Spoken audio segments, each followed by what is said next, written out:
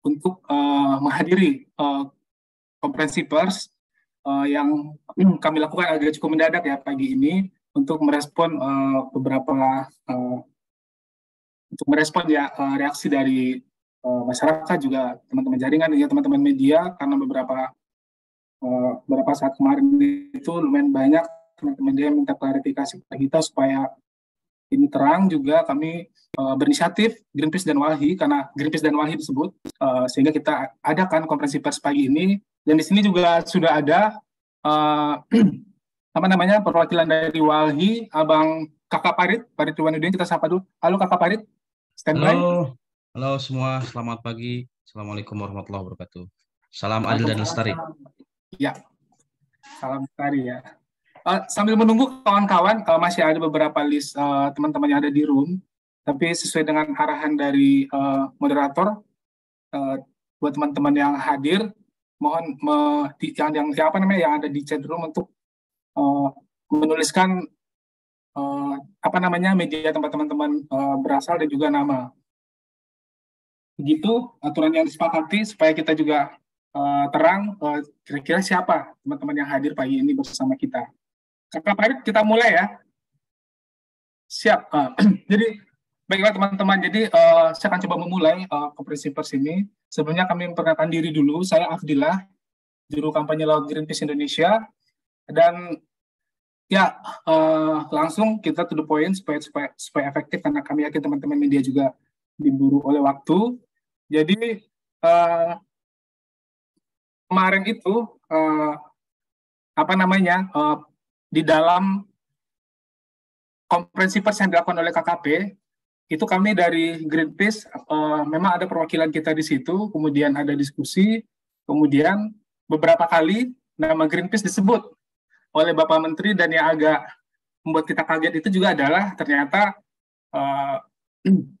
beliau menggadang-gadangkan akan memasukkan Greenpeace, dan juga termasuk Walhi tentunya, sebagai perwakilan masyarakat yang akan dilibatkan dalam tim kajian. Kemudian tim kajian tersebut akan diberi mandat diantaranya untuk melakukan kajian dan memberikan rekomendasi untuk pelaksanaan pengelolaan hasil sedimentasi di laut. Contohnya untuk menentukan wilayah laut yang mana yang dapat diambil, berapa jumlah pasir yang dikeruk, kemudian menganalisis kebutuhan pasir yang digunakan dalam negeri maupun dalam ekspor gitu. Dan merespon itu juga kawan-kawan berbagai jaringan di seluruh Indonesia, jaringan Walhi, kemudian teman-teman kita dari Greenpeace juga coba mengkomunikasikan, dan juga ternyata teman-teman media juga mengcapture itu dan meminta klarifikasi segala macam, dan bahkan ada yang mulai bertanya agak serius gitu, apa benar Walhi dan Greenpeace, atau apa benar Greenpeace akan menjadi tim kajian dan segala macam. Nah, ini kita perlu luruskan di sini kepada teman-teman media yang hadir, bahwasanya saya mewakili Greenpeace menyatakan sikap bahwasanya pernyataan menteri tersebut itu adalah pernyataan sepihak, dan tidak ada diskusi apapun sebelum itu dengan pemerintah. Jadi kehadiran kami di sana memang semata-mata hanya ingin melihat seperti apa penjelasan pemerintah mengenai PP 26 tahun 2003 yang hari ini sampai detik ini dari awal Greenpeace menolak keberadaan kebijakan tersebut. Kenapa Greenpeace menolak? Karena sejak awal ini kan adalah turunan dari beberapa undang-undang yang sudah disusun oleh pemerintah, mulai dari Undang-Undang Minerba, yang mana di sana kami dari Greenpeace menolak undang-undang tersebut, di mana nomenklaturnya salah satu di pasal 1 itu disebutkan wilayah tambang itu adalah wilayah laut. Itu sesuatu yang mengejutkan kita waktu itu. Tapi kesini terjadi berbagai dinamika, mulai undang-undang Cipta Kerja, kemudian seterusnya ada Perpu, dan sepanjang itu kami bersama masyarakat sipil, bersama koalisi, bersama Walhi tetap pada posisi menolak peraturan tersebut. Dan kami mengecam seolah dan melihat bahwasanya pemerintah memaksakan untuk terus memajukan undang-undang tersebut. Jadi secara histori Greenpeace tidak mungkin akan menjadi bagian dari pelaksanaan yang mana dasar hukumnya saja kita tolak. Itu secara resmi Greenpeace posisinya di situ. Kemudian di sisi lain, undang-undang atau PP 26 ini kami menilai ini adalah bentuk greenwashing dari pemerintah. Jadi tidak ada landasan ekologi yang masuk akal di dalam PP tersebut yang menjadikan alasan urgen perlu ada pengelolaan pasir sedimentasi.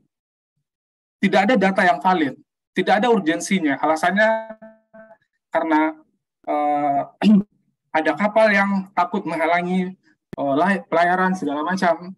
Itu tidak ada data. Jadi kita tidak tahu, tidak ada angka sampai hari ini, tidak ada kejadian kita dengar tiba-tiba kapal berlayar di Selat Malaka kemudian terkena sedimentasi kemudian terjadi kecelakaan di laut. Belum ada data sama sekali. Begitu juga data-data potensi sedimentasi itu masih kelam. Dan data yang ada itu adalah data kebutuhan pasir untuk pembangunan baik di dalam negeri dan juga di luar negeri. Gitu. Dan kami yakin bahwasanya kebijakan atau PP ini adalah untuk merespon itu. Jadi kepentingannya adalah bisnis, bukan kepentingan ekologi. Karena itu kita melihat alasan pemerintah untuk pemulihan ekosistem dan segala macam. Dan ketika kaji isinya adalah soal bagaimana pelaksanaan penambangan tersebut dan juga bagaimana ada ruang untuk diekspor segala macam. Jadi itu yang menjadikan alasan yang kuat bagi Greenpeace untuk tetap berada posisi menolak. Karena ini adalah semacam greenwashing ya. Dan banyak alasan lain lagi. Mulai mengancam ekosistem, nanti Kakak Farid akan bercerita karena beliau yang banyak kerja di lapangan kan teman-teman di grassroots. Tapi penegasan kami adalah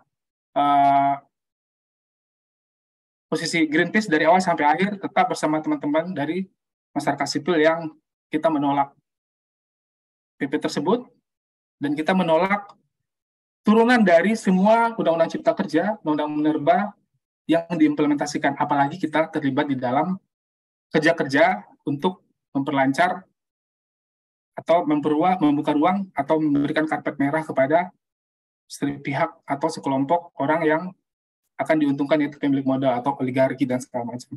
Itu dari saya dulu pengantar, dan saya mengundang Kakak Farid juga untuk menyampaikan konsen dari Walhi, dan hampir secara keseluruhan kita berada di halaman yang sama. Silakan Kakak Farid.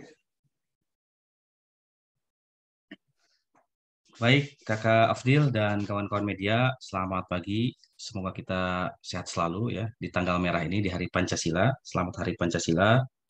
Semoga pesan penting ya, pesan terakhir yang ada di sila kelima itu bisa diwujudkan ya, keadilan sosial bagi seluruh rakyat Indonesia.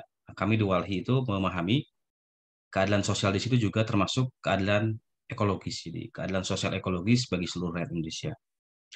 Nah, menanggapi atau melanjutkan ya yang disampaikan oleh Kakak Afdil, termasuk juga dalam konteks menanggapi pernyataan Menteri SWT kemarin yang mengklaim ya akan mengajak berbagai stakeholder. Kami di Walhi itu sudah menyatakan sikap sejak awal ya, bahwa ada yang tidak beres dengan PP ini ya, ada yang perlu dikritisi secara substansi maupun katakanlah kepentingan ekonomi politik di balik itu. Nah, saya ingin menyampaikan beberapa hal.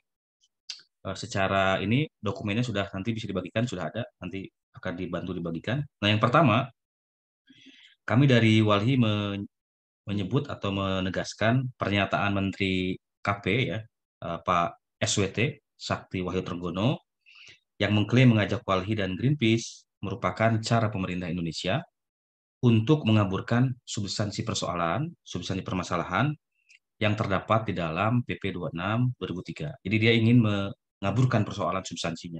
Sehingga masyarakat kemudian saling bertanya-tanya, apakah Walhi benar itu sama Greenpeace? Itu kita ingin sampaikan bahwa itu adalah cara pemerintah untuk mengaburkan substansi persoalan yang ada di situ. Yang kedua, kemarin ya saya bersama kawan-kawan Walhi Direktur seluruh Indonesia di 28 provinsi itu sudah menyerukan kepada Presiden Indonesia untuk mencabut PP ini, ya mencabut PP 26 2023, termasuk menghentikan secara permanen seluruh proyek tambang pasir laut di Indonesia plus ya, plus seluruh proyek reklamasi yang tengah atau akan diselenggarakan. Nah, kami di Walhi bersama kawan-kawan ya itu sedang atau tengah mengkaji berapa sih total luasan reklamasi di Indonesia itu sampai tahun 2040. Nah, kami mencatat, kalau di sini ada kawan saya Pickerman ya, eh, kami mencatat sampai 2040 itu kurang lebih ada 3,5 sampai 4 juta hektar proyek reklamasi di Indonesia ya. Ini berdasarkan pada data Perda zonasi seluruh Indonesia di 28 provinsi. Nah, ada beberapa provinsi memang yang belum mengesahkan. Nah, seperti Jakarta ya, Bali dan Riau misalnya gitu. Dan beberapa provinsi. Nah, ini kalau di total semua proyek reklamasi untuk kebutuhan wilayah bisnis baru, wilayah PSN dan lain-lain, itu kurang lebih ada 4 jutaan hektar gitu ya kalau dikalkulasi kita. Dan ini artinya dia butuh material pasir yang sangat banyak. Begitu. Nah, jadi kami di Walhi artinya mendesak Presiden selain mencabut PP ini juga menghentikan secara permanen ya, proyek tambang pasir laut di seluruh Indonesia dan proyek-proyek reklamasi yang tengah dan akan dibangun. Karena dampaknya akan menghancurkan wilayah pesisir dan pulau kecil, serta menghancurkan laut. Nah, yang lain yang kami mau sampaikan ya terkait dengan pernyataan Pak SWT, PP 26 2003 ini adalah salah satu bentuk demokrasi undemocratic regulation, demokrasi regulasi yang tidak demokratis ya. Ini sama dengan turun apa dengan induknya seperti tadi yang disebut oleh Kakak Afdil, ada Undang-Undang Cipta Kerja yang 2 kali itu bayangkan ya, nggak masuk akal itu. Akal sehat kita menolak. Undang-Undang Cipta Kerja dipaksakan diketuk 2020 saat orang pandemi, kemudian digugat ke MK dan menang, harus diperbaiki 2 tahun. Mandat MK tidak dilaksanakan, malah bikin PP dengan alasan kegentingan. Habis itu PP-nya dibawa ke DPR dan disahkan. Coba gimana ya, Kak Abdul ya? Logika kita itu nggak nerima itu. Akal sehat kita nggak mungkin nerima. Isinya sama, substansinya sama. Paling yang di otak-atik itu soal perburuan, tapi soal sumber daya alam, apalagi soal pesisir laut, itu sama isinya Undang-Undang Cipta Kerja itu. Nah, jadi ini bentuk undemocratic regulation yang juga kita tolak, termasuk Undang-Undang Minerba yang tadi Kak Afdil sebut. Bahkan kami di Walhi, terkait Undang-Undang Minerba itu, kita gugat ke MK. Kita menghadirkan ada 3 saksi. Ya. Saya ingat awal 2022 karena saya memandu diskusinya dengan Pak Rere ya, kawan saya di Walhi. Itu ada tiga orang saksi. Nah, dari 3 ini, satunya adalah nelayan dari Bangka Belitung yang wilayah tangkapnya terdampak tambang timah. Jadi ketika dia menolak, dia dikriminalisasi karena di Undang-Undang Minerba itu ada pasal ya 162, barang siapa yang menghalang-halangi aktivitas pertambangan yang telah mendapatkan IUP, maka dia akan dipenjara. Jadi bayangkan dia diancam dengan ancaman penjara karena mempertahankan ruang hidupnya. Nah, yang lain saya kira banyak lagi ya regulasi-regulasi yang tidak demokratis yang menurut saya menunjukkan ada gerak mundur demokrasi di Indonesia. Dan selanjutnya yang penting juga kita sampaikan kawan-kawan media sekalian ya adalah dengan adanya PP ini, adanya omnibus, adanya undang-undang minerba dan peraturan lainnya itu yang tidak demokratis itu akan mempercepat ya kerusakan yang melanggengkan krisis. Kita tahu di banyak tempat ya kami bersama wali daerah itu sedang membuat penelitian mengenai desa-desa yang tenggelam, pulau-pulau kecil yang tenggelam ya. Dan sekarang sudah ada di Jakarta misalnya ada 6 sampai 7 pulau kecil di Kepulauan Seribu. Di Bengkulu sudah ada 2 ya di dekat Pulau Enggano ya, lalu di Sumatera Selatan ada 2, di Kepri yang paling banyak karena sejak lama dieksploitasi ya. Nah, lalu di Papua di bagian utaranya itu ada 3 pulau yang terancam tenggelam gitu. Nah, pada masa yang akan datang kalau ini terus terjadi, kami melihat kita akan menghadapi ledakan pengungsi iklim ya. Karena hari ini saja misalnya di sepanjang pantai utara Jawa Tengah itu atau bahkan Jakarta sudah ada lebih dari 1 kilometer hilang ininya daratannya yang menjorok laut. Nah, yang lain yang saya kira penting, kami di Wali mendesak pemerintah daerah, baik gubernur, bupati, kepala desa untuk protes pada presiden, mempertanyakan soal ini, apakah maksud presiden itu ya, apakah ingin menenggelamkan misalnya wilayah-wilayah pesisir atau pulau kecil, Kepri, NTB, NTT, kemudian ke Pulau Maluku Utara ya, Maluku, dan wilayah lain sebetulnya. Jadi para gubernur, bupati, dan kepala desa itu harus protes. Ini Pak Presiden ini ngapain tujuan? Apakah ingin menenggelamkan Indonesia lebih cepat atau gimana? Nah, juga kami mendesak kepada para akademisi, para ilmuwan, bersuaralah ya. Kalau Anda punya integritas sebagai seorang ilmuwan, bersuara karena gimana? Logika kita mau terima. Laut ditambang katanya nggak rusak karena pakai Iya, iya. GPS. Ah, ah. Ya kan? Pengalaman pengalaman yang paling telanjang itu kita bisa tunjukkan pengalaman di Kodingareng ya di Sulawesi Selatan yang diorganisir oleh kawan-kawan wali Sulawesi Selatan. Ditambang oleh Boskalis, perusahaan yang bisa kita sebut terbesar di dunia karena dia juga menangani proyek di Dubai, di Singapura, di mana dia punya teknologi canggih. Tapi apa yang terjadi? Kerusakan yang sangat parah ya. Gelombang laut semakin berbahaya, pulaunya abrasi. Iya, Kakak Abdul pernah ke pulaunya itu, lihat langsung ya. Jadi saya kira itu bukti bahwa persoalannya itu bukan pada teknikalisasi ya, GPS atau apapun, tapi persoalannya kalau ditambang ya rusak. Ya, intinya gitu aja. Kalau ditambang pasti rusak, iya. hilang itu. Karena tanah itu tidak bisa di copy paste. Kalau hilang di suatu tempat, dia pasti berkurang di tempat lain gitu kan. Kalau hilang di sini pasti dia bertambah di sana. Nah, yang terakhir mengajak masyarakat pesisir di seluruh Indonesia ya untuk menolak nelayan, perempuan nelayan, pembudidaya ikan, petambak garam, pelestari ekosistem pesisir seperti mangrove di belakang saya ini. Itu bayangkan mangrove-mangrove seindah ini ke depan tuh akan hilang kalau pasirnya disedot, ditambang. Nah, Iya. yang paling terakhir ke Afdil dan kawan sekalian, ini ada yang salah memahami konsep sedimentasi. Mm-mm. Sedimentasi itu kan sesuatu yang sebetulnya berasal dari luar, ya, bukan yang alami ada di laut. Nah, PP ini dia memukul rata semua yang ada di laut itu sedimentasi. Nah, contoh ini yang kita kerjakan juga bersama kawan-kawan Walhi Papua ya. Itu bayangkan tambang Freeport itu ada di daratan Ah, di ah. tengah Papua. Tailingnya dibuang ke sungai sampai berakhir di, saya punya petanya itu, sampai berakhir di pesisir selatan atau di laut selatan Papua. Nah, itu sedimentasi. Yang dimaksud sedimentasi itu begitu. Nah, Iya, pertanyaannya atau pesannya adalah kalau ada sedimentasi berarti ada kerusakan di tempat lain itu. iya. Ada Ah. penghancuran di tempat lain. Yang harus dilakukan bukan mengeruk sedimentasinya, tapi membereskan yang ada di hulunya gitu. Nah, kalau begini, PP-nya begini, dia berarti akan sangat menguntungkan untuk perusahaan seperti Freeport di Papua itu. Sedimentasinya dibersihkan, penuh Nanti racun, dia penuh kirim apa. lagi. Gitu. Nanti dikirim lagi. Tapi hulunya nggak dibereskan gitu, Pak Iya. Abdil. Saya kira itu. Terima kasih. Ya, Salam adil dan Kakak, lestari. Kakak Parit. Jadi kalau ada rumah bocor, lantainya dipel, tapi yang bocornya nggak ditambal gitu ya. Nah, Ah, betul kurang lebih betul bukan sekali. lagi. Ya, makasih banyak Kakak Parit. Kita apa namanya eh, sepakat sekali dengan itu, di mana Greenpeace dan WAI kita berada di posisi yang sama, menolak dan meminta pemerintah segera mencabut dan menghentikan ini aktivitas turunannya nanti. Karena kemarin dimention juga akan ada peraturan menteri dan segala macam.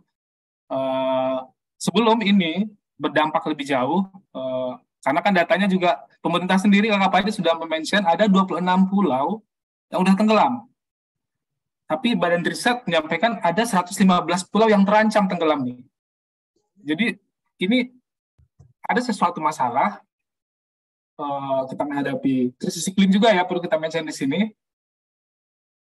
Tapi bukannya pemerintah merespon ini untuk meningkatkan pemulihan atau perlindungan, malah sebaliknya membuat sesuatu yang memang itu tidak relevan. Dan kami juga sekali lagi Kakak Padi dan teman-teman, uh, ini inkonsistensi dari pemerintah ya. Jadi kemana-mana Bapak Presiden itu selalu menjual bahwa Indonesia itu sudah sangat sustain gitu, sudah berkomitmen untuk uh, melakukan pemulihan, melawan krisis iklim dan segala macam. Tapi apa yang dikerjakan atau apa yang dibuat, diimplementasikan di dalam di Indonesia itu sangat bertolak belakang. Jadi greenwashing, inkonsistensi dan segala macam. Itu kurang lebih kawan-kawan. Uh, dan kita langsung saja kepada teman-teman Kakak Padi, kita langsung buka penanya ya kepada teman-teman yang hadir di sini. Saya akan coba lihat. Silakan teman-teman raise hand dulu, tapi kita coba satu persatu. Nanti kita coba supaya tidak lupa ini kita langsung tanggapi. Apakah Kakak Padi nanti atau saya yang akan menanggapi? Tergantung. Silakan teman-teman menunjukkan pertanyaannya kepada siapa, tapi silakan kawan-kawan untuk menyebutkan nama dan ini ya. Tapi sudah ada di sini juga satu, ada dua. Yang pertama dari Kompas TV, Mas Tifa Solesa. Silakan Mas, open mic dan juga open kamera jika memungkinkan. Ya, selamat pagi Mas Abdillah, Mas Farid. Tifal Kompas TV, mohon maaf sebelumnya ini karena sinyal, jadi kameranya nggak bisa dibuka dulu. Ya. Ada 2 pertanyaan inti sebetulnya. Yang pertama, jadi menurut teman-teman ini, konsep sedimentasi ini yang sedang digaungkan oleh pemerintah lewat PP ini baru bisa diterapkan kalau gimana menurut teman-teman? Nah, kalau memang ternyata pemerintah masih tetap menjalankan program ini ke depannya, harus apa yang diperbaiki dulu, itu satu. Yang kedua, kalau ternyata dari saran teman-teman perbaikan-perbaikan itu tidak dijalankan oleh pemerintah dan ternyata PP ini masih tetap diteruskan, program untuk sedimentasi ini masih tetap dijalankan, adakah langkah hukum lain yang mungkin coba teman-teman jalankan nanti untuk semangatnya itu tadi, menjaga lingkungan dan menghindari potensi-potensi lebih besar dari program yang sedang dijalankan oleh pemerintah ini. Kira-kira begitu, Mas. Terima kasih. Ya, Kakak Farid, kita langsung tanggapi saja ya, supaya tektokannya langsung. Kalau numpuk nanti saya takut kita lupa nih. Ya, makasih banyak. Ya, aku dulu. Jadi, kalau pertanyaannya apa yang harus diperbaiki terlebih dulu? Kakak Farid tadi sudah mention bahwasanya logika kalau memang pemerintah meniatkan untuk memulihkan laut dari sedimentasi, tentunya mulainya tidak dari lautnya gitu, tapi dari sumbernya tadi. Jadi logikanya harus gitu. Kenapa? Karena kalau pemerintah fokus untuk mengangkat sedimentasi yang ada di laut, besok hujan akan datang lagi yang baru gitu. Jadi ini cara kerjanya harusnya tidak begitu. Dan memang kalau niatnya memang pemulihan ya gitu. Jadi ini yang pertama harus make sense dulu. Yang kedua biasanya adalah ini kan pemerintah atau Bapak Menteri mention kalau ini ada proses sedimentasi karena proses oceanografi gitu ya. Nah, Indonesia adalah perlintasan laut, perlintasan arus segala macam, kemudian terjadi sedimentasi dan segala macam. Kalau memang hari ini kan kita tidak punya data berapa jumlah sedimentasi itu, kalau itu mengganggu, merusak. Kemudian di mana kita tidak tahu. Ini kan proses arus yang begitu sudah berlangsung secara geologi jutaan tahun yang lalu gitu. Tapi kita tidak melihat ada wilayah laut yang dulu mungkin 30 meter, kan wilayah, contoh lah tersebut wilayah Laut Jawa itu yang termasuk Laut Dangkal ya, 30 meter sampai 40 meter, terus sekarang dia makin lama makin dangkal bisa mencapai 5 meter saja gitu. Kalau ini memang masif, kalau ini memang akan mengganggu. Dan kita akan temukan banyak case kalau kapal-kapal dia ketika berlayar tersangkut oleh sedimentasi dan segala macam kalau di laut ya. Jadi ini kan nggak ada, dan ini sengaja dicari-cari dan dibuat-buat untuk yang tadi. Sebenarnya ini bukan untuk kepentingan ekologi, tapi ini adalah untuk kepentingan bisnis. Kenapa? Karena ada kebutuhan tadi, Kakak Farid sudah mention beberapa banyak kebutuhan yang dibutuhkan di dalam negeri, dan juga kita tahu banyak tambang ini kan memang selama hampir 20 tahun dilarang, tapi tambang-tambang yang dilakukan secara ilegal ataupun ada yang legal dengan alasan proyek strategis nasional terus terjadi, dampaknya sudah terjadi. Dan karena ada uang di sini yang kita lihat, ada bisnis yang menggiurkan, maka pemerintah mencoba untuk melihat peluang ini untuk meningkatkan pendapatan nasional non pajak, gitu kan. Tapi apakah pemerintah seperti kehabisan kreativitas gitu ya untuk mencari atau memanfaatkan sumber daya alam laut kita ini sehingga memilih cara-cara yang cara-cara yang singkat, yang bypass saja gitu. Dan ini kan gampang ya, tinggal kasih izin, keruk, sedot, jual. Sangat simpel, uangnya banyak gitu. Tapi uang itu kita lihat tidak akan mengalir kepada pemerintah karena pajaknya juga tidak seberapa. Dan kebocoran potensinya ada di mana-mana. Dan juga ini kepada masyarakat, tadi Kakak Padi sudah mention, akan berdampak buruk dan tidak juga akan berdampak positif kepada masyarakat, terutama yang berada di wilayah atau di area-area di mana tambang pasir ini berada. Itu dari saya, dan apa yang harus kita lakukan? Yang sudah melakukan banyak ini ya, kita berapa upaya-upaya hukum, tapi saya undang Kakak Farid untuk bisa menambahkan atau merespon. Silakan Kakak Farid. Ya, saya ingin cerita dulu ada pengalaman empiris yang saya kira relevan dengan ini ya. Soal kapal yang terkendala oleh pendangkalan. di Teluk Jakarta itu yang ada reklamasi Pulau G ya. Karena saya dulu intens sekali mengawal itu banyak kapal-kapal nelayan yang masuk ke wilayah, soalnya kan dulu itu wilayah tangkap nelayan ya, kemudian diuruk gitu, jadi wilayah reklamasi di depan Muara Angke itu. Nah itu banyak kapal-kapal nelayan yang lalu lalang, kemudian dia terjebak karena wilayah itu mengalami pendangkalan. Nah jadi sebetulnya kawan-kawan media sekalian yang menjadi persoalan justru bukan seperti klaim pemerintah ya, perlu diperdalam gitu karena menghalangi jalur kapal. Tapi justru kalau pengalaman di lapangan itu menyebut sebetulnya proyek-proyek reklamasi itulah yang menghalangi, yang menjadi barrier gitu dari jalur lalu lintas kapal terutama nelayan ya. Dan kita belum menemukan misalnya apakah sedimentasi yang diklaim pemerintah itu bisa menghalangi jalur kapal atau tidak. Jadi itu saya kira klaim yang tidak memiliki basis faktanya di lapangan. Nah, lalu apa yang harus diperbaiki ya? Ya saya kira penting dibereskan di hulu. Ya, jadi saya mau sebut begini contoh. Di daratan kita di Pulau Jawa itu contoh saja ya. Itu luasan hutan alamnya itu hanya tersisa 9% dari total luasan Pulau Jawa. Jadi bisa kita bayangkan di Jawa itu daya dukungnya sudah hancur karena sudah banyak wilayah-wilayah hijau itu berganti menjadi wilayah-wilayah konsesi ya, tambang, kemudian infrastruktur terutama tambang ya yang terkait dengan ini karena dia nanti sedimentasinya itu bukan sedimentasi, material pasirnya itu ketika dibawa ke sungai misalnya lewat jalur sungai ya, kemudian dia jatuh dan nanti akan terbawa oleh arus ke laut.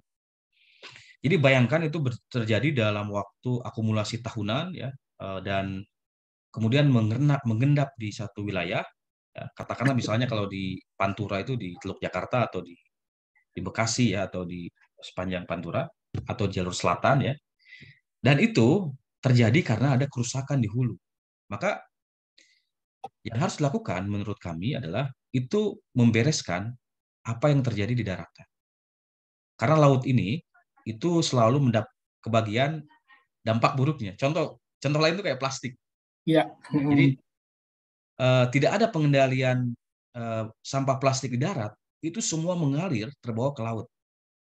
Nah, ibaratnya gitulah, sedimentasi itu sebenarnya ada yang nggak beres di daratnya. Ya. Nah, yang lucu juga sebetulnya kalau pemerintah serius, mau serius mengeluarkan regulasi, PP-nya itu harusnya PP bagaimana bicara ya Pengendalian di darat juga di laut gitu dan membereskan soal-soal yang ada di darat. Gitu. Bukan Ya. malah di hilirnya yang dipersoalkan ya. Lalu dijustifikasilah dengan data 23 miliar kubik. Itu dari mana kajiannya? Kayaknya kita belum pernah baca di jurnal Harvard atau di mana gitu kan. Nah, itu persis kayak pengalaman lobster, Kak Afdil. Ya. Waktu kasus ekspor benih lobster, pemerintah mengklaim ada sekian miliar benih lobster di lautan Indonesia. Dan itu nggak pernah terbukti. Dan yang terjadi, menterinya ditangkap oleh KPK. Ya, kan intinya sebenarnya bisnis-bisnis aja itu. Ya, nah sama, ini pasir sedimentasi itu klaimnya juga segitu. Padahal kita nggak punya basis riset empirisnya ya, di mana misalnya. Ya. Itu saya kira. Dan yang kedua tentu dari mana harus kita bereskan ya tentu di regulasi-regulasi tadi yang tidak melanggengkan kerusakan ya, di regulasi yang tidak mempercepat kerusakan tapi malah berorientasi pada kelestarian gitu ya, pada keadilan ekologis. Nah saya kira di situ kuncinya. Terima kasih Kak Abdul. Pak Farid, apa langkah hukum nih? Ya, kami di Walhi sebetulnya sedang mendiskusikan kemungkinan untuk mengambil langkah hukum ya. Tapi ini tentu masih diskusi dengan kawan-kawan tim hukum di Walhi dan kawan-kawan Walhi di seluruh Indonesia mengenai kemungkinan mengambil langkah hukum ya, menggugat PP ini. Nah, tetapi yang paling penting sebetulnya adalah sekarang ini perlu meluas dulu penolakannya di masyarakat gitu. Tapi itu sedang kita diskusikan upaya itu.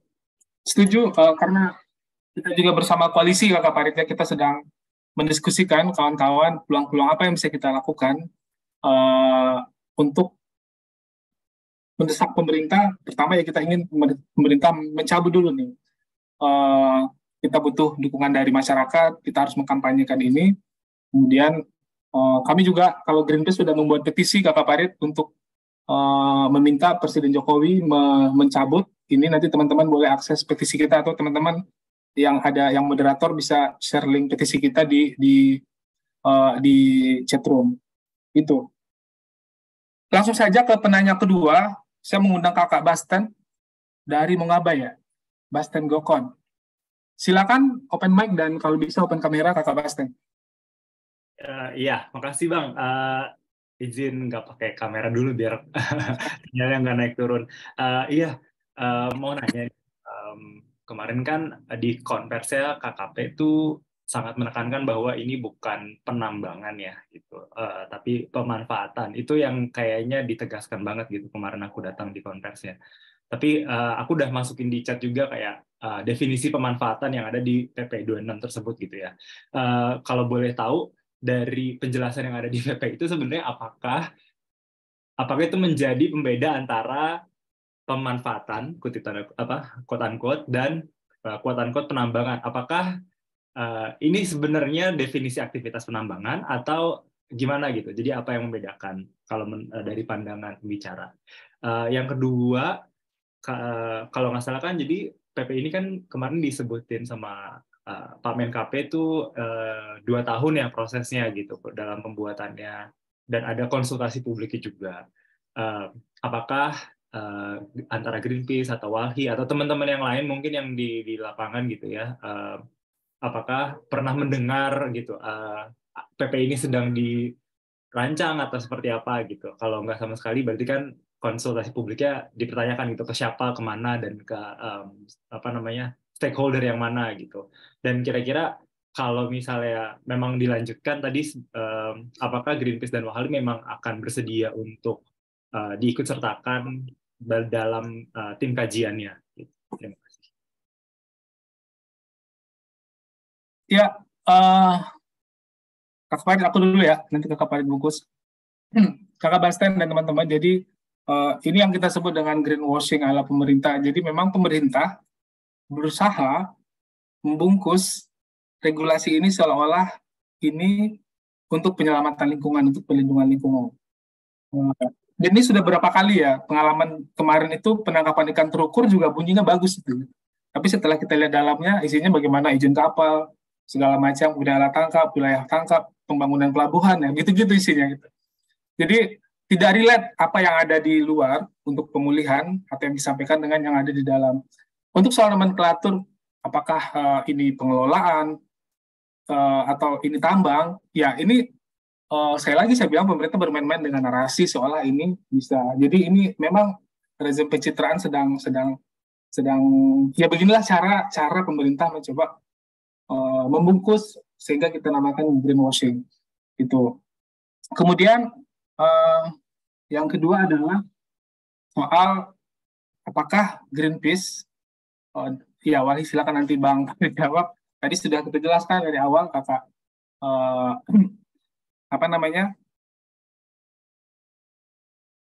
kita Greenpeace dari awal ini kan peraturan pemerintah nomor 26 ini adalah turunan dari Undang-Undang Minerba, Undang-Undang Cipta Kerja gitu. Kemudian dari awal kita sudah menolak itu berbagai langkah, upaya, kampanye, kemudian bersama teman-teman polisi kita lakukan penolakan secara masif, tapi tetap bergulir. Dan kita Greenpeace, apapun kegiatan yang berlandaskan dari undang-undang ini, kita tidak akan mau terlibat sama sekali. Itu clear. Begitu kurang lebih Kakak Basten ya. Walaupun pemerintah membungkusnya sebaik mungkin, kenapa? Karena secara logik, secara etika, secara moral, Greenpeace tidak akan pernah mau terlibat untuk melanggengkan atau bersama pemerintah memuluskan gitu loh. Atau jalan-jalan yang bisa nanti dimanfaatkan oleh para oligarki. Di situ. Tadi pertanyaan satu lagi, terakhir saya lupa. Pak Farid mungkin bisa jumping dulu, saya ingat. Ya, udah kejawab sebetulnya soal rezim kata pemanfaatan atau apakah terlibat gitu. Itu udah kejawab sih menurut saya. Dua pertanyaan itu. Ya, dan sikapnya juga ya sama ya. Walhi dan Greenpeace kita berada di halaman yang sama. Kita tidak akan untuk jelasin nanti kita akan siap dirilis. Gitu. Saya izin melanjutkan ya Ya, untuk silakan. merespon Mas Basten. Kita ketemu lagi. Jadi yang pertama, menurut saya dengan adanya PP ini tuh sebenarnya sedang ada satu politik bahasa yang dimainkan. Ya. Jadi dari nomenklaturnya PP ini sendiri juga sebetulnya udah dirancang dengan baik tuh namanya. Ini ngomongin soal sedimentasi di laut. Nah, kalau kita cek kawan-kawan lebih detail, PP ini tuh kan dia merevisi atau membatalkan Kepres atau Perpres yang dikeluarkan zaman Ibu Megawati tahun 2002, tepatnya nomor 33 tahun 2002. Nah, kalau di regulasi sebelumnya, itu jelas ngomong itu, penambangan pasir laut. Jadi tegas tuh, tidak ada politik bahasa yang macam-macam. Ya, kalau kita cek tuh di akhir pasal-pasal di PP ini tuh, dia menyebut ya bahwa ini apa namanya ngomongin tambang pasir laut sebetulnya. Nah, tapi di PP ini, kawan-kawan sekalian, desainernya itu, perancang itu dia mempertimbangkan betul diksi-diksinya itu dengan sangat canggih dan teliti. Ya, jadi kita baca soal tadi nomenklaturnya adalah sedimentasi di laut. Yang kedua tadi soal pemanfaatan. Ini sebetulnya ya menurut kami di Walhi menggambarkan betapa politik bahasa ini dimainkan supaya kita itu tidak kritis terhadap kebijakan yang akan melanggarkan kerusakan. Persis seperti kalau kita mau bandingkan dengan Undang-Undang Cipta Kerja. Dulu namanya Undang-Undang Cipta Lapangan Kerja. Karena dikritik, disingkat jadi Cilaka, maka kemudian la-nya itu dihilangkan. Jadi Undang-Undang Cipta Kerja. Ciker. Ya. Kan bagus sekali tuh nomenklaturnya. Undang-Undang Cipta Kerja. Tapi isinya kalau kita baca detail, wih, mengerikan sekali. Jadi melihat instrumen-instrumen lingkungan hidup itu seperti hambatan. Jadi menganggap instrumen lingkungan itu seperti penghambat investasi. Gitu. Ya. Nah, jadi kira-kira gitu. Ada politik bahasa sedang dimainkan. Nah, dalam konteks ini, kalau kita merujuk misalnya kepada diskusi-diskusi para pemikir kritis dari Madhab Frankfurt tuh, dari Jerman ya. Di sini mungkin kawan-kawan pasti pernah baca pemikirannya Jürgen Habermas tuh. Soal bahasa itu tidak netral. Di situ sebenarnya ada kepentingan yang bermain. Jadi saya kira politik bahasa inilah yang harus diwaspadai juga ya, dikritisi juga. Karena sekarang itu sangat canggih sekali orang merumuskan narasi itu dengan sangat indah, dengan sangat apa namanya sangat bagus, tetapi ada tujuan lain di balik itu. Nah, kalau kita di waktu itu menyebutnya ini ada tujuan bisnis, tetapi dikemas ya, dibungkus oleh bahasa-bahasa saintifik gitu. Ya. Nah, begitu kira-kira Pak April. Nah, lalu soal Ya. keterlibatan kami Gitu. di Walhi ya sama ya, tidak nanti dirilis bisa dibaca ya. Ya. Tidak akan pernah bekerja ya untuk program-program, proyek-proyek ya atau aktivitas yang melanggengkan kerusakan ya, kemudian merampas ruang hidup masyarakat. Walhi dalam sejarahnya selalu terdepan ya di dalam membela hak-hak masyarakat terkait hak atas lingkungan hidup. Bahkan dalam sejarahnya Walhi pernah ya mewakili Gajah ya dulu tahun 80-an di Sumatera saat menghadapi kasus deforestasi ya di hutan-hutan Sumatera. Jadi kami di Walhi artinya sudah menunjukkan bahwa tidak akan pernah bekerja ya untuk aktivitas apapun yang akan berdampak pada kerusakan ya, merampas ruang hidup masyarakat, bahkan itu juga ketika merampas hak-hak binatang. Gitu. Nah itu sudah kita kerjakan dulu ya, dan mungkin itu pertama dalam sejarah ya Kak Afdil, gajah gitu ya, kita mewakili gajah di Dulu Sumatera. pernah pohon ya gitu kan. Pohon juga. Jadi saya kira itu kita tetap istiqomah ya, tidak pernah Iya. keluar dari situ. Siap. Terima kasih. Dan terakhir juga diingatkan soal keterlibatan gitu. Kita sudah memprediksi Kakak Bastian memprediksi karena ini kan pemerintah sejak rezim Jokowi 1 itu sudah mulai nih mencari celah di mana penambangan di dasar laut itu, penambangan di wilayah laut akan menjadi target berikutnya. Dan memang secara terbuka itu terjadi ketika Undang-Undang Minerba yang baru di 2020 ya. Itu muncul nama situ dan oke, kita lihat nih kira-kira apa turunannya ke sini setelah Undang-Undang Cipta Kerja mulai muncul, dan kita tunggu saja yang lain apa kira-kira yang menarik buat pemerintah untuk bisa dijadikan lahan untuk Ya, konsennya sekarang PNBP ya Kakak Farid ya. Itu akan menjadi target. Eh, dan kita akan tetap pada posisi kita akan melawan ini, dan partisipasinya, kalau Greenpeace tidak pernah berpartisipasi dalam eh, sekalipun dalam munculnya PP ini. Mungkin teman-teman Walhi bisa klarifikasi juga, apakah Walhi pernah dilibatkan diskusi untuk PP ini, Kakak Farid? Silakan. Ya, tidak pernah sama sekali ya. Dulu pernah dengar-dengar kabar burung katanya. Akan Kabar ada burungnya. dulu katanya akan ada regulasi, tapi saya dulu dengarnya permen. Akan ada regulasi yang disusun untuk penambangan pasir laut, tapi itu sedang digodok. Nah, tapi sudah itu hanya kabar burung yang saya nggak tahu apakah benar atau tidak ya. Tapi kalau bicara apakah pernah dilibatkan dalam konsultasi, tidak pernah sama sekali ya. Dan kalaupun diundang, secara posisi tentu Walhi tetap akan menolak. Sama ketika Walhi diundang oleh DPR waktu membahas Undang-Undang Cipta Kerja, ya, eh, Walhi secara resmi mengirimkan surat menolak undang-undang itu, ya, dan tidak pernah mengakui ya undang-undang itu sebagai undang-undang yang legitimate dan konstitusional di dalam sejarah hukum Indonesia begitu. Karena prosesnya tidak sesuai dengan. Ya, karena ada proses secara formil itu memang banyak yang dilanggar. Kalau secara formil bermasalah, berarti sebetulnya substansinya juga sangat bermasalah. Siap. Terima kasih Kakak Farid. Kita ke teman tanya berikutnya. Ada dari Mogabai lagi. Oh, sebentar. Dari tadi saya lihat sebelum ke Mas Ambari dari Mogabai, tadi dari Kakak Ion Ada, Fitness ya, Bang Yon itu dari dari PB. PKS PLTB ya. Oke, Mungkin siap. mau berbagi pandangan, Bang Yon. Silakan, Bang Yon. Ya, silakan Bang Yon. Baik, Open dan suara saya terdengar Bang Dila? terdengar Baik. jelas. Terdengar, Bang.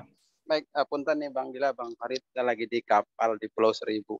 Dan saya pas dapat link, jadi saya kira ini menarik. Jadi kita sama-sama bahas lah kondisi bangsa kita ini.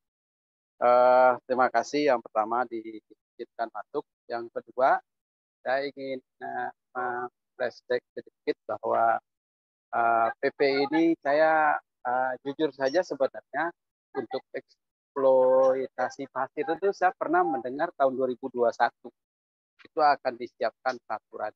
Saya pernah mendengar, sehingga tahun 2021 saya menulis di kumparan risiko penambangan pasir laut. Saya sajikan berbagai risiko yang akan muncul kaitannya dengan penambangan pasir laut. Tapi 2 tahun setelah itu baru PP ini lahir. Nah, memang saya juga tidak pernah ikut, tidak pernah tahu bahwa ini pernah dikonsultasikan atau pernah disusun naskah akademiknya siapa. Tahu-tahu lahir. Nah, ketika saya baca, saya lihat konsiderannya. Konsiderannya adalah Undang-Undang Kelautan, pasal 56. Ya.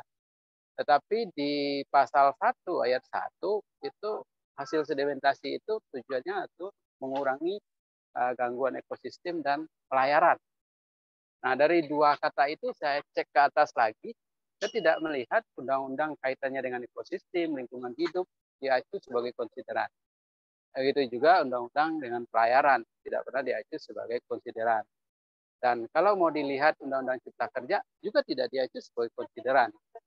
Artinya saya melihat ini PP lahir, tidak tahu ibunya, tidak tahu bapaknya, gitu kira-kira. Jadi ini PP ya kalau bahasa itu barang dropping gitu, dropping entah dari mana, tapi jelas mungkin bukan dari semua undang-undang yang kita pahami sebelumnya ini harus dibuat. Gitu. Itu yang pertama. Jadi PP ini asal usulnya atau titah dari undang-undang mana itu nggak jelas. Dan yang kedua, saya melihat bahwa PP pasir laut ini ya, apapun definisinya, eksploitasi, eksplorasi, itunya bagian dari Indonesia komunikasi, narasi yang dibangun untuk membuat kita seolah-olah tidak terjebak di dalam konflik komunikasi. Tapi menurut saya sama saja. So, pada akhirnya kan yang dibatalkan adalah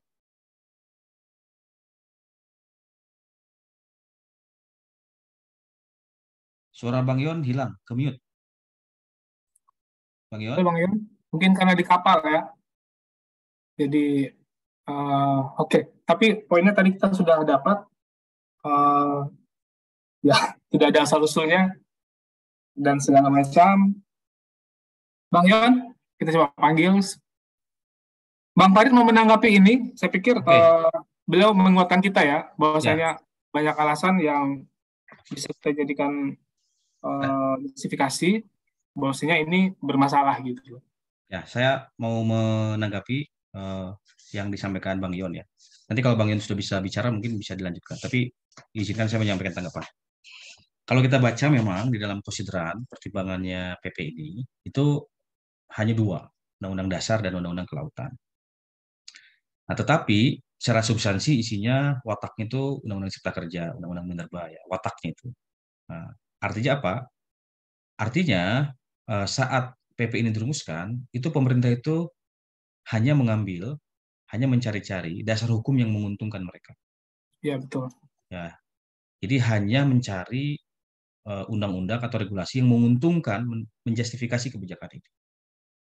Saya ingin ambil contoh ya pengalaman lain yang saya penting ceritakan. Jadi waktu Walhi menggugat reklamasi Teluk Jakarta, ya kita baca tuh SK Gubernur tahun 2015 yang dikeluarkan oleh Gubernur waktu itu.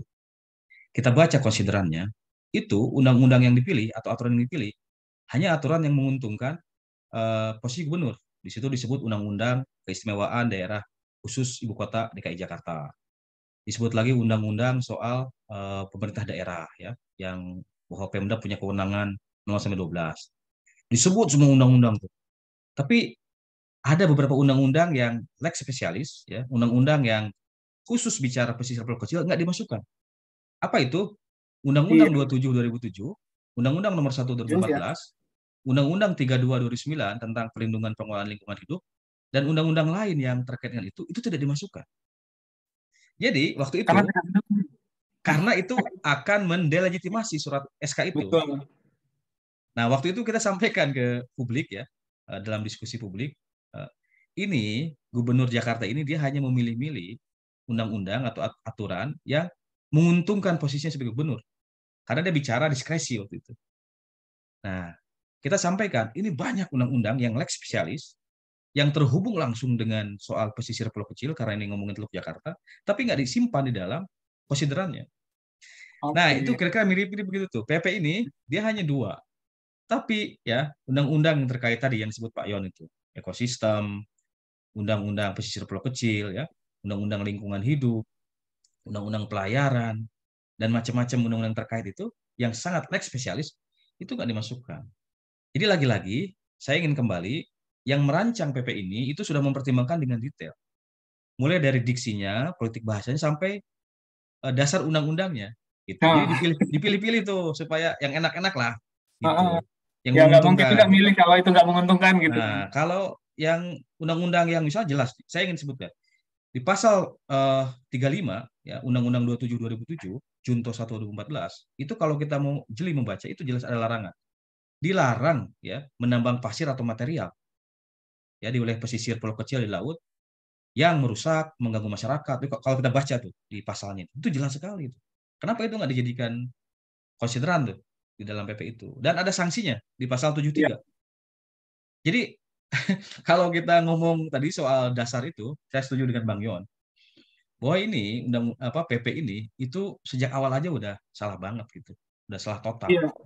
Saya mau Begitu. menambahkan mumpung Bang Farid juga bicara soal sanksi ya. Jadi ini juga jadi pertimbangan besar bagi kita kenapa kita menolak PP ini adalah karena sanksinya itu tidak memberikan efek jerah sama sekali gitu. Jadi sanksi administrasi, denda, atau seburuk-buruk keadaan izinnya dicabut gitu. Uh, di beberapa sektor yang tiap apapun itu termasuk pengelolaan kelautan, ini kalau kita belum menemukan, Bang Farid, apa mekanisme atau apa tools atau bagaimana cara pemerintah tersebut mengawasi, mengontrol, mengendalikan aktivitas ekstraktif yang ada di laut ini gitu. Pak Luhut kemarin sampaikan, wah kapalnya punya GPS gitu. monitoring vessel system itu hanya penanda bahwasanya kapalnya ada berada di situ gitu. Itu tidak bisa melihat, kita tidak bisa melihat apa aktivitas yang mereka lakukan, berapa banyak yang sudah diambil, kemudian wilayah, ya oke lah, posisi-posisi wilayahnya itu bisa kita, tapi aktivitas di kapal itu kita tidak bisa tahu. Kemudian mereka bisa saja mematikan monitoring vessel monitoring system itu ya. Jadi itu. Sehingga hari ini kita menilai tidak ada instrumen yang kuat buat pemerintah untuk mengawasi penambangan di laut tersebut. Dan kemudian juga tools-nya tidak ada, kemudian resource-nya, siapa orang yang akan, apakah ada pengawasan di laut, ini kita butuh penjelasan segala macam. Dan kalaupun ada mereka, itu kan mereka dalam ancaman. Banyak kasus di kapal ikan juga itu terjadi kan. Dan yang juga kita concern, ini pengawas-pengawas ini juga rentan terhadap suap gitu kan. Pengawas yang harus kita awasi juga. Dan kalau ada pelanggaran, ditemukan pelanggaran, didenda ya denda saja. Nggak apa-apa berapa miliar, karena udah untung, jadi nggak apa-apa bayar denda. Atau semati-matinya adalah izinnya dicabut. Tapi kan ini masih bisa diakali, cabut aja izinnya, nanti bisa izin baru. Gitu. Ya pakai nama siapa, kayak. Dan itu modus-modus ini kan udah biasa ya dilakukan oleh pelaku bisnis yang memang niatnya mengekstraksi sumber daya alam kita, dan itu melibatkan para oligarki. Jadi ini yang concern kita juga, kalaupun pemerintah memaksakan, itu akan ada masalah baru, akan ada ruang-ruang baru yang akan menjadikan celah oleh para pengusaha untuk mengekstraksi, bermain curang, karena tidak ada yang proper, tidak ada yang instrumen yang kuat untuk mengawasi bisnis ini sampai hari ini. Apalagi bisnis di laut. Jadi darat aja bocor gitu. Apalagi di laut. Mudah sekali untuk dibawa kemana-mana. Kakak Farid, kita ke penanya berikutnya. Ada satu lagi dari Abang Ambari. Kita sudah mau jam 11. Mungkin ini yang terakhir ya Kakak Farid ya. Sebelum kita bungkus. Silakan Abang Ambari dari Monggabay. Ya, selamat siang semuanya. Mohon maaf jika saya terlambat ya, dan mudah-mudahan pertanyaannya belum. Kalau udah mohon dijelaskan lebih singkat aja gitu ya. Ini tadi sempat disinggung soal konsultasi publik ya. Saya pengen minta penjelasan lagi, sebenarnya konsultasi publik yang ideal untuk penyusunan PP itu berapa lama ya untuk dibutuhkan? Mas Farid atau Mas Afdil, atau mungkin juga saya lihat di sini ada Mas Arif Syah ya, dan kebetulan juga ada itu Bu Vivin ya dari PRL juga. Semoga bisa membantu menjawab, siapa tahu gitu. Karena kemarin pun ketika ditanyakan kepada Pak Menteri, jawabannya 2 tahun sudah ada persiapan. Tapi ketika ditanya ke Pak Dirjen kembali, jawabannya itu bukan konsultasi publik, itu persiapan. Nah, jadi pertanyaannya ini sebenarnya mereka itu konsultasi publik dijalankan atau memang ditiadakan demi kepercepatan. Karena saya mendapatkan rumor bahwa memang tanda kutip PP ini seperti sengaja diredam biar tidak muncul ke publik. Sehingga yang muncul ke publik itu adalah PP satunya lagi yang sampai sekarang masih belum berjalan, yang digaungkan menjadi program utama KKP. Mungkin kita paham lah PIP namanya itu. Jadi saya pengen minta tanggapan soal konsultasi publik ini, dan kalau jawabannya kemarin seperti itu, apakah memang ada atau tidak nih menurut Mas Farid atau Mas Abdillah dan yang lainnya? Terus yang kedua, ini saya ingin dari sisi konservasi atau kesehatan lautnya ya, mungkin bisa menjelaskan juga, karena ini Greenpeace, ada Walhi juga. Kemarin pun dari Pak Menteri tidak menjelaskan lebih detail di paparan kertas rilisnya ada, cuma kami sebenarnya membutuhkan paparan dari pakar ya, yang kapabel keilmuannya gitu, bukan dari menteri yang memang latar belakangnya berbeda gitu. Bagi kami tidak mewakili. Sebenarnya apa yang dijelaskan oleh menteri ini tepat tidak kalau pengerukan sedimentasi laut ini bisa menyehatkan laut? Itu kan seperti dijelaskannya detail berulang-ulang gitu. Tapi ketika ditanya kembali ke Pak Dirjen, lagi-lagi juga dia tidak menjelaskan lebih detail, agak mengambang gitu bahwa menyehatkan laut itu seperti apa gitu. lebih ke bisnis yang saya dijelaskan oleh Pak Dirjen juga. Itu yang kedua, mohon penjelasannya. Yang ketiga ini lagi-lagi kemarin dibicarakan soal reklamasi, karena tanda kutip yang dijelaskan oleh pemerintah ini diwakili oleh KKP bahwa mereka melatar belakangi penerbitan PP ini untuk kebutuhan reklamasi. Adakah data di Greenpeace, Walhi, atau lembaga lain, atau mungkin dari PRL sendiri yang kebetulan hadir di sini ya, sebenarnya kebutuhan pasir reklamasi Indonesia saat ini berapa? Maksud saya, apakah tidak ada regulasi, aturan? Saya terus terang belum membaca detail ya PP-nya ya. Ini apakah diatur untuk pengerukan terus menyesuaikan kebutuhan saja atau bagaimana? Karena kemarin pun memang banyak wartawan yang bertanya kekhawatiran itu, termasuk Mbak Vela ya kalau nggak salah ya, kemarin Mbak Vela juga dia nanya, yang dikhawatirkan itu adalah bahwa ini ekspornya, katakanlah dari range 1 sampai 10, ternyata kebutuhan reklamasi Indonesia itu cuma 1.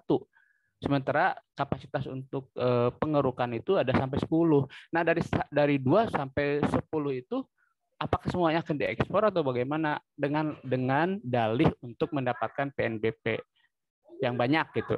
Walaupun yang terus terang saya masih bingung itu, kalau memang tujuannya sudah jelas untuk mendapatkan PNBP yang tinggi, tapi sampai sekarang aturan secara detail, walaupun mungkin permennya belum ada ya, tapi saya pikir sebenarnya sempat berpikir bahwa ini mungkin teknis sudah ada di lisan, mereka udah pikirkan, biar mungkin teknis secara legal aja yang belum betul, permen dan yang lainnya. Tapi ternyata Pak Dirjen pun masih kebingungan, baik dari PNBP atau teknis yang lain. Bahkan untuk tim kajian pun saya masih belum jelas.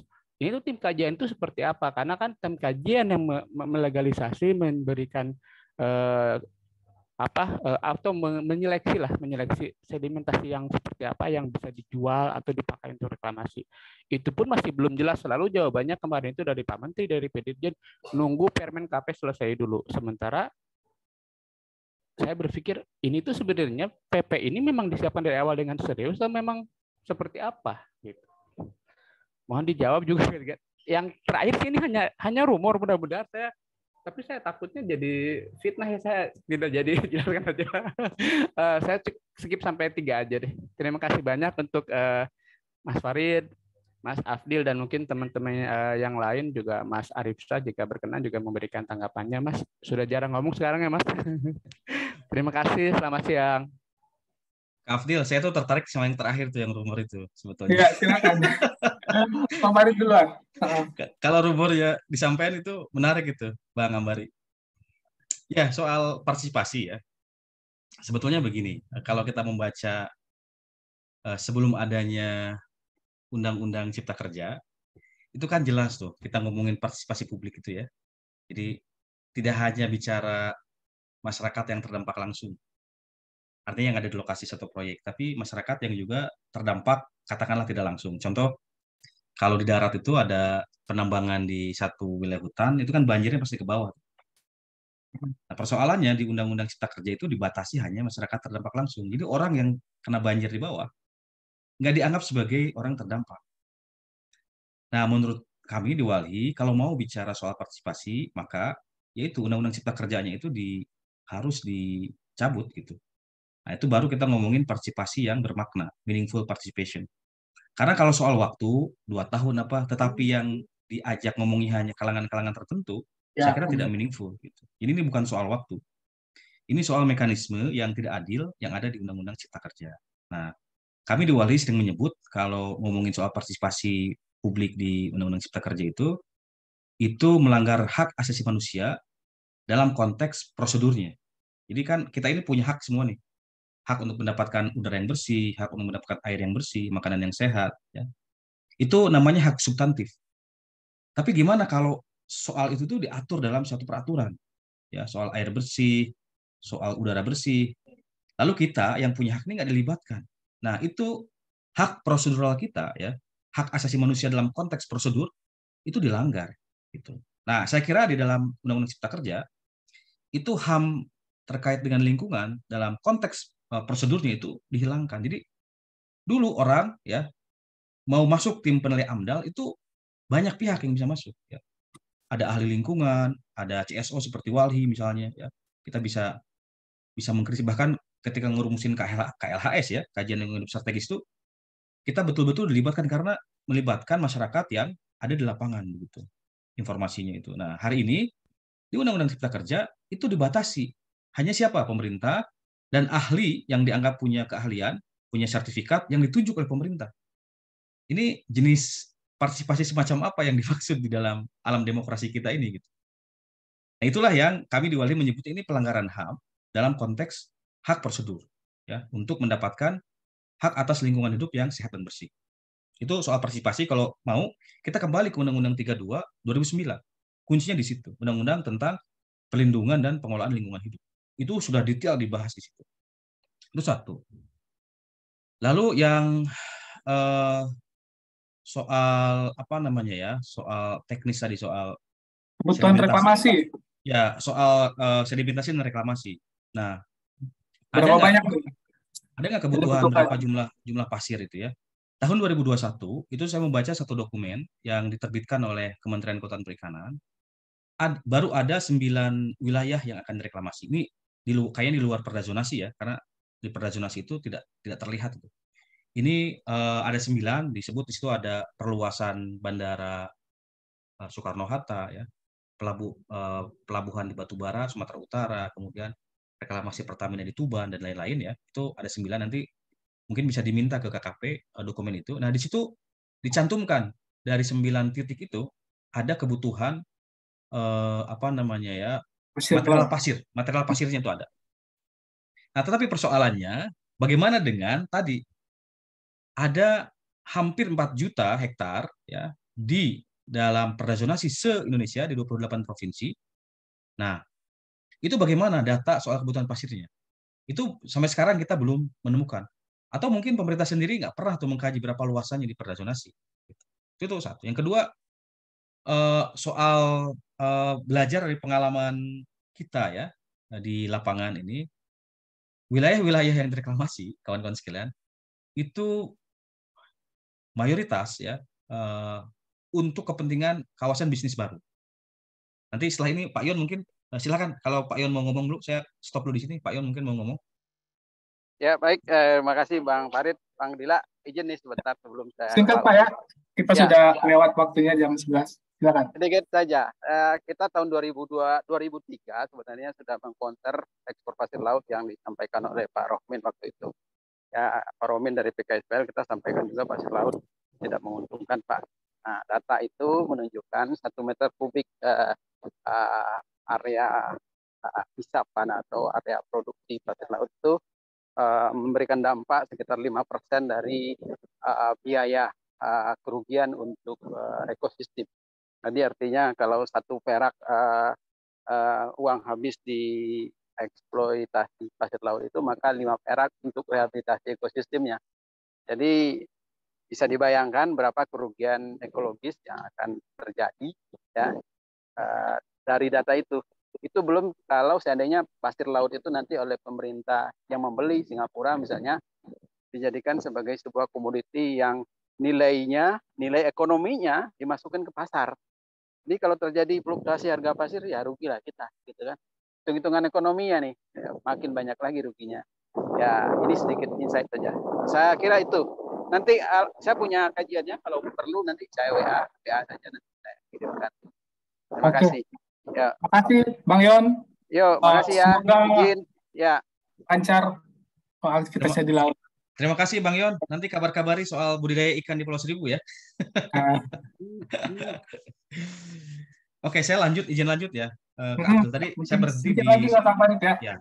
Nah, itu satu ya. Jadi tidak ada data tuh kecuali yang dokumen 2021 yang diterbitkan oleh KKP di 9 titik reklamasi. Nah, jadi tadi kebanyakan wilayah reklamasi itu untuk kepentingan bisnis ya. Kalaupun ada itu kepentingan PSN, yang itu pun sebetulnya berdampak terhadap kehidupan masyarakat seperti yang terjadi di Makassar ya, membangun pelabuhan Makassar Newport. Nah, soal sedimentasi ya, saya mau mengulang penjelasan saya tadi. Kalau kita ngomongin sedimentasi yang ada di laut, itu nggak bisa dipukul rata. Ya, apa misalnya pasir yang alami nih, kayak yang di belakang saya ini, ya, mangrove ini, Itu apakah dianggap sedimentasi? Kan pertanyaannya gitu. Jadi PP ini juga memukul rata, menjelasir semua yang ada di laut itu sedimentasi. Nah, padahal kalau ngomong sedimentasi tadi, saya ingin kembali ke penjelasan awal, itu ada yang nggak beres di daratnya. Saya tadi ngasih contoh bagaimana sedimentasi Freeport yang ada di Papua itu, pertambangannya ada di gunung, limbahnya dibuang, tailingnya ke sungai, lalu berakhir di laut-laut. Ya, saya ada petanya kalau kawan-kawan mau.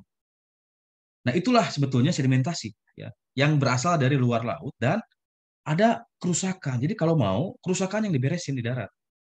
Nah, PP ini dia hanya melihat soal-soal yang ada di hilir, gitu. Nah, itu satu. Atau saya ngambil contoh di tempat lain, Kak Abdil, di Jakarta. Tahun 2021, waktu Gubernur Anies reklamasi Ancol, itu dia ngambil pasirnya dari 13 sungai di Jakarta. Dan kita tahu apa yang terjadi. Itu sungai sudah tercemar. Jadi dia memindahkan pencemaran, ya, pasir-pasir sungai, dipindahkan ke Ancol. Jadi dia mau menambah beban di wilayah pesisir yang sudah rusak, sudah tercemar, dengan memindahkan pasir dari sungai. Nah, itu contoh-contoh yang saya kira mungkin bisa kita pahami secara mudah ya, karena saya kira seperti yang tadi digambarkan Bang Ambari, hatta menterinya pun sampai menteri atau dirinya pun nggak bisa menjelaskan secara sederhana bisa dipahami gitu loh. Ini kan sebetulnya sesuatu yang agak rumit, sesuatu yang butuh penjelasan saintifik. Tetapi ya dalam konteks ini baik menteri ataupun dirjen sendiri nggak bisa menjelaskan secara mudah dipahami. Nah, saya coba mempermudah ya penjelasan itu begitu kira-kira. Terima kasih. Ya, makasih Kakak Farid. Kita sudah lewat 10 menit. Kawan-kawan dan rekan-rekan media semuanya, saya mungkin tidak akan menambahkan lagi karena tadi sudah dibungkus semuanya oleh Kakak Farid. Dan terakhir dari kita bahwasanya kembali menegaskan kepada teman-teman semua, karena konversi ini diinisiasi untuk menjawab, mengklarifikasi beberapa pertanyaan dari teman-teman media dan juga teman-teman di jaringan kita, apakah Greenpeace dan WALHI akan terlibat dalam proses selanjutnya dari turunan PP 26 tahun 2023 ini tentang, ya, kita menyebutnya ini adalah penambangan pasir di laut. Sekali lagi, Greenpeace tadi WALHI juga mengatakan tidak dalam posisi dan akan menolak secara tegas karena dengan latar belakang histori, kemudian partisipasi, kemudian berdampak buruk kepada ekologi, berdampak buruk kepada masyarakat yang terdampak, sehingga kami tidak akan terlibat ataupun diajak pun kami akan menolak untuk terlibat dalam kajian ataupun diskusi, karena posisi kami hari ini adalah kita meminta pemerintah untuk mencabut regulasi tersebut. Kita mengajak teman-teman semuanya, teman-teman media untuk menyuarakan ini, kemudian juga masyarakat nanti yang masyarakat secara luas juga, yuk sama-sama untuk kita suarakan ini. Di chatroom kita melampirkan ada petisi yang digalang oleh Greenpeace untuk meminta Presiden Jokowi segera mencabut tambang pasir laut ini. Silakan disebarkan dan mudah-mudahan ini kita bisa viralkan. Kalau hari ini tidak viral, tidak direspon, dan mudah-mudahan ini berdampak kepada perjuangan-perjuangan kita untuk melindungi lingkungan kita dan juga masyarakat kecil yang terdampak dari aktivitas-aktivitas destruktif yang saat ini menguntungkan para pemilik modal dan oligarki di lingkaran yang ada di lingkaran pemerintahan. Bang Farid, masih ada statement terakhir? Kalau tidak, kawan-kawan mungkin semuanya tidak bisa kita kasih kesempatan, juga kita tidak buka ruang untuk diskusi dari selain teman-teman media. Kalau teman-teman media nanti ingin mengkonfirmasi langsung ke KKP atau ke pemerintah, silakan. Dan itu dulu dari kami. Terima kasih sekali lagi atas kehadirannya. Mudah-mudahan ini clear posisi Greenpeace dan WALHI. Kami minta tolong juga kepada teman-teman untuk menyampaikan ini kepada masyarakat bahwasanya Greenpeace tidak akan dan WALHI tidak akan menjadi bagian dari tim kajian. Di chatroom sudah ada rilis yang dibagikan oleh tim kami dan tim WALHI. Silakan diakses dan silakan disebarkan juga sebanyak mungkin kepada teman-teman media yang lain, juga kepada masyarakat. Mudah-mudahan ini menjawab dan kembali menyemangati teman-teman kita yang ada di berbagai wilayah di Indonesia bahwasanya Greenpeace dan WALHI tidak mungkin akan mengkhianati apa yang sudah kita perjuangkan dalam beberapa tahun terakhir ini. Selamat siang dan Assalamualaikum warahmatullahi wabarakatuh. Sampai jumpa lagi. Semoga sehat-sehat selalu. Acara konferensi pers ini kita tutup. Terima kasih. Pamit.